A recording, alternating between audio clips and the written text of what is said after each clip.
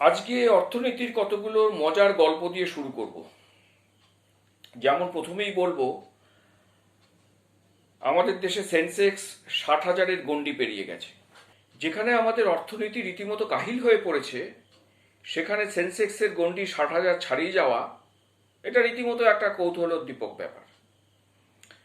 এছাড়াও আমরা শুনতে পাচ্ছি গ্রেট রেজিগনেশন, দলে দলে লোকেরা কর্মক্ষেত্র থেকে রিজাইন করছে। আমেরিকায়, ইউকেতে, বিভিন্ন দেশে, আমাদের দেশেও। এটা একটা নতুন ঘটনা। লোকেরা কি তাহলে কাজ করতে চাইছে না? একেবারেই তা নয়। তাহলে কি যারা রেজিগনেশন দিচ্ছে তাদের সামনে কি নতুন কোনো কাজের সম্ভাবনা খুলে যাচ্ছে, যে তারা খুব সহজেই এক কাজ থেকে আরেক কাজে চলে যাচ্ছে? এটাও রীতিমতো কৌতূহলের ব্যাপার। পাশাপাশি দেখা গেল যে চীন সমস্ত ক্রিপ্টোকারেন্সিকে বেআইনি ঘোষণা করেছে। ঐতিহাসিক ঘটনা। এবং বেশ কিছুদিন আগে চীন কিন্তু তাদের যে টেক কোম্পানিগুলো, আলিবাবা, টেনসেন্ট এবং অন্যান্য যে নানান টেক কোম্পানিগুলো, তাদের ওপরে কিন্তু একটা ক্র্যাকডাউন করেছে এবং সেই কোম্পানিগুলোকে প্রায় ধসিয়ে দিয়েছে। এটাও একটা আশ্চর্য ঘটনা। এবং আপনারা জানেন যে বিটকয়েন, যেটা ক্রিপ্টোকারেন্সির এখন অন্যতম একটা কয়েন, বিটকয়েনের যে বিদ্যুৎ কনজামশন, এটা এতটাই বৃদ্ধি পেয়েছে, গত 5 বছরে তার 10 গুণ বৃদ্ধি হয়েছে। এবং ফিলিপিন্স যে পরিমাণে বিদ্যুৎ খরচ করে, যে পরিমাণে বিদ্যুতের ব্যবহার করে, তার থেকে অনেক বেশি পরিমাণে বিটকয়েনের মাইনিংয়ে কিন্তু বিদ্যুৎ ব্যবহৃত হয়।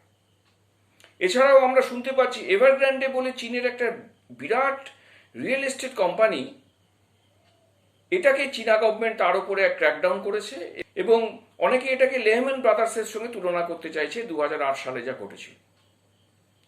উপরন্তু চীন ঘোষণা করেছে তারা 6G টেকনোলজির গবেষণা শুরু করেছে এবং 2028 সাল নাগাদ হয়তো 6G টেকনোলজির অ্যাপ্লিকেবিলিটি প্রোগ্রাম হয়তো শুরু হবে।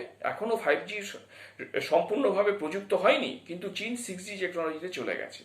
6G টেকনোলজিতে গেলে কি হতে পারে, কি পরিবর্তন হতে পারে, তা এখন একেবারেই কল্পনা করা যাচ্ছে না। অর্থাৎ সামগ্রিকভাবে অর্থনীতির জগতে এবং প্রযুক্তির জগতে এমন কতগুলো পরিবর্তন আমরা তড়িৎ গতিতে দেখতে পাচ্ছি, যেগুলোকে মেলানোটা সত্যি খুবই কষ্টদায়ক।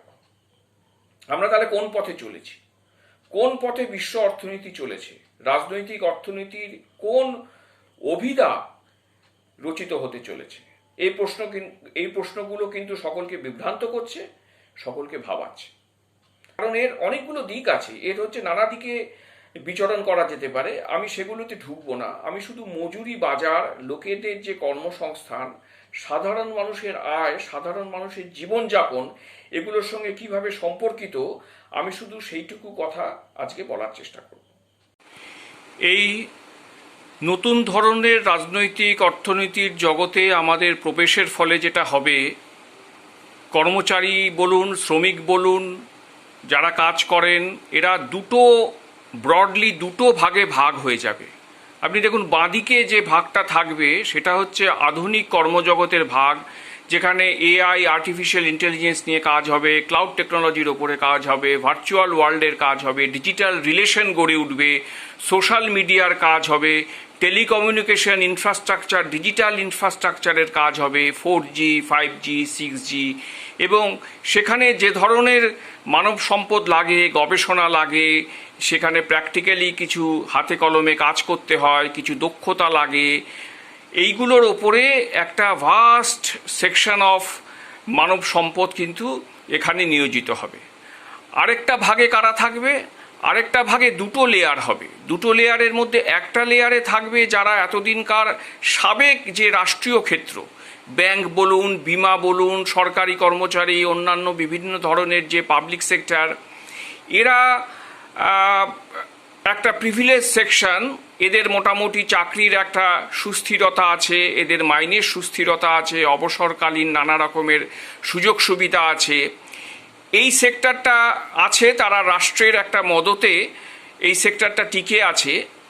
আরেকটা যেটা লেয়ার, যেটা এই যে নতুন ডেভেলপমেন্টের ফলে তৈরি হবে, সেটা হচ্ছে গিগ শ্রমিক।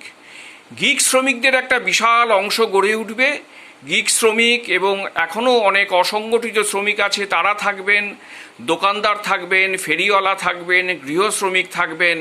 এবং এই যে দুভাগের দ্বিতীয় ভাগে যে সেকেন্ড লেয়ার অফ যে শ্রমিক শ্রেণী, এটাই কিন্তু সর্ববৃহৎ শ্রমিক শ্রেণী। কিন্তু এই শ্রমিক শ্রেণী বা এই সেকশনে যারা কাজ করেন তারা হবে সবথেকে দুস্থ এবং পরিত্যক্ত ঘরানার।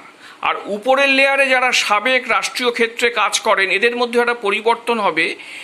এই সেক্টরে যারা কাজ করেন তাদের সংখ্যা ক্রমশ কমে আসবে এবং এই সেক্টরটাকে এনগালফ করবে। কিন্তু বাঁদিকে যে বড় সেক্টরটা এআই বেসড, ওখানে দুটো তীর চিহ্ন দিয়ে বোঝানো আছে, এই দুটোর মধ্যে একটা ওভারল্যাপিং হবে এবং ফিনান্সিয়াল সেক্টর একটা অন্য এবং এআই নির্ভর হয়ে একটা বিশাল ডেভেলপমেন্টের দিকে যাবে। এই আলোচনার শুরুতেই সেন্সেক্সের 60,000-এর গণ্ডি পেরোনোর যে কথা বলেছি, এতে কিন্তু সবথেকে লাভবান হয়েছে বাজাজ ফিনান্সিয়াল সার্ভিস।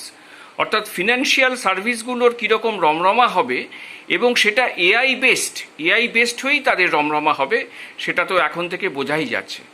আর যারা গিগ শ্রমিক হিসেবে থেকে যাবেন, অসংগঠিত শ্রমিক থেকে যাবেন, দোকানদার, ফেরিওয়ালা, গৃহ শ্রমিক, কৃষক, কৃষি শ্রমিক, এই যে একটা বিশাল সংখ্যাগরিষ্ঠ মানব সমাজ, সংখ্যাগরিষ্ঠ মজুর শ্রেণী, এদের কি হাল হবে, এরা কিভাবে জীবনযাপন করবে, এদের কাজের মানদণ্ডগুলো কি হবে, এরা কখন কাজ পাবেন কখন কাজ পাবেন না, এদের মজুরির হার কি হবে, এদের কতটা সামাজিক সুরক্ষা থাকবে, এইগুলো কিন্তু একটা বড় প্রশ্ন হিসেবে দেখা দিয়েছে।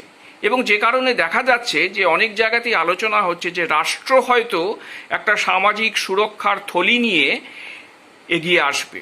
ইতিমধ্যেই সেরকম কিছু ঘটনা আমরা দেখতে পাচ্ছি, কিন্তু একটা অনিশ্চিতি এবং একটা শঙ্কা এবং একটা ভয়ঙ্কর রকমের গোলক ধাঁধার মধ্যে কিন্তু আমাদের প্রবেশ, যেখানে অর্থনীতির চালিকার আসনে বসে আছে আর্টিফিশিয়াল ইন্টেলিজেন্স নির্ধারিত রাজনৈতিক অর্থনীতির গোটা আঙিনাটাকে তারা দখল করে নিয়েছে। সেই আঙিনাতে একটা বড় সংখ্যক শ্রমিক বা কর্মচারী বা এমপ্লয়ি তারা কাজ করছেন। আর আরেকটা জায়গাতে একটা বিশাল পরিমাণে কিন্তু রিজার্ভ লেবার ফোর্স পড়ে আছে, যারা কখনো কাজ পাচ্ছেন কখনো কাজ পাচ্ছেন না, স্বল্প মজুরিতে কাজ করছেন, চুক্তিভিত্তিক কাজ করছেন। তাদের জীবন, এদের ভবিষ্যৎ কি হবে, তার ওপরেই কিন্তু আগামী দিনের রাজনীতি এবং অর্থনীতিটা নির্ভর করবে। এবং আর্টিফিশিয়াল ইন্টেলিজেন্স নির্ধারিত রাজনৈতিক অর্থনীতি তাকে কিভাবে মোকাবিলা করবে, তার যে বিশাল পরিমাণে উদ্বৃত্ত সংগ্রহ, সেই উদ্বৃত্ত সংগ্রহ থেকে কিছুটা ভাগবাটোয়ারা দিয়ে কিছুটা অংশ তাদের মধ্যে বিলি করে একটা আপাত সমাধানের দিকে তারা যাবে, নাকি একটা সমাজ একটা দুরন্ত পরিবর্তনের অভিমুখে দৌড়বে, সেটা এখনই বলে ওঠা খুব মুশকিল। এই সমস্ত ঘটনাগুলো এটাই ইঙ্গিত করছে যে আজকে অর্থনীতির যে চেহারা, কালকে সে চেহারা থাকবে না। আজকে শ্রমিকের যে চেহারা, কালকে সে শ্রমিকের চেহারা থাকবে না। আমরা এমন একটা পরিপূর্ণ গিগ অর্থনীতির বাসিন্দা হয়ে উঠছি যে অনিশ্চয়তা আমাদের চারদিক থেকে চেপে ধরবে। আজকে যে উচ্চ মজুরির শ্রমিক যে আজকে প্রথম ভাগে আছে, কালকে সে অন্য ভাগে চলে যেতে পারে, সে পরিত্যক্ত হয়ে যেতে পারে। আজকে যে পরিত্যক্ত দুস্থ শ্রমিক যে ওই অন্য ভাগে আছে, দ্বিতীয় ভাগে আছে, সে হয়তো তার হয়তো দক্ষতাটাকে সে উন্নত করে, সে হয়তো নিজস্ব একটা সেলফ ট্রেনিং করে বা কোনো ট্রেনিং নিয়ে সে কিন্তু প্রথম ভাগে শ্রমিক হয়ে যেতে পারে। অর্থাৎ একটা সামগ্রিকভাবে এত জোরে আজকে পুঁজিবাদ দৌড়চ্ছে কৃত্রিম বুদ্ধিমত্তার সহায়তায়, যে এত তীব্রতার দৌড়, এত তীব্রতার গতি, যে এর সঙ্গে মনুষ্য সমাজ কিন্তু তার কিন্তু যে গতি তাকে কিন্তু বজায় রাখাটা রীতিমতো শক্ত হয়ে যাচ্ছে, কষ্টকর হয়ে যাচ্ছে। এবং মানুষ কিন্তু দৌড়তে এই যে পুঁজির যে দৌড়, এটার সঙ্গে দৌড়তে মানুষ কিন্তু হোঁচট খেয়ে পড়বে।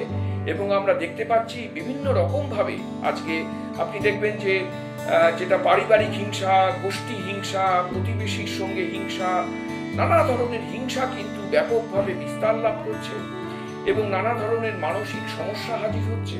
আজ আমার সুদিন আছে, কাল আমার দুর্দিন আসতে পারে। আজকে যার দুর্দিন কালকে তার সুদিন আসতে পারে, এইরকম একটা ভজ ঘট সিচুয়েশনের মধ্যে কিন্তু আমরা পড়ে গেছি এবং আরো অত্যাশ্চর্য ঘটনা আগামী দিনে ঘটবে। এর জন্য আমাদের সকলকে প্রস্তুত থাকতে হবে, ঘটনাগুলোকে বুঝতে হবে।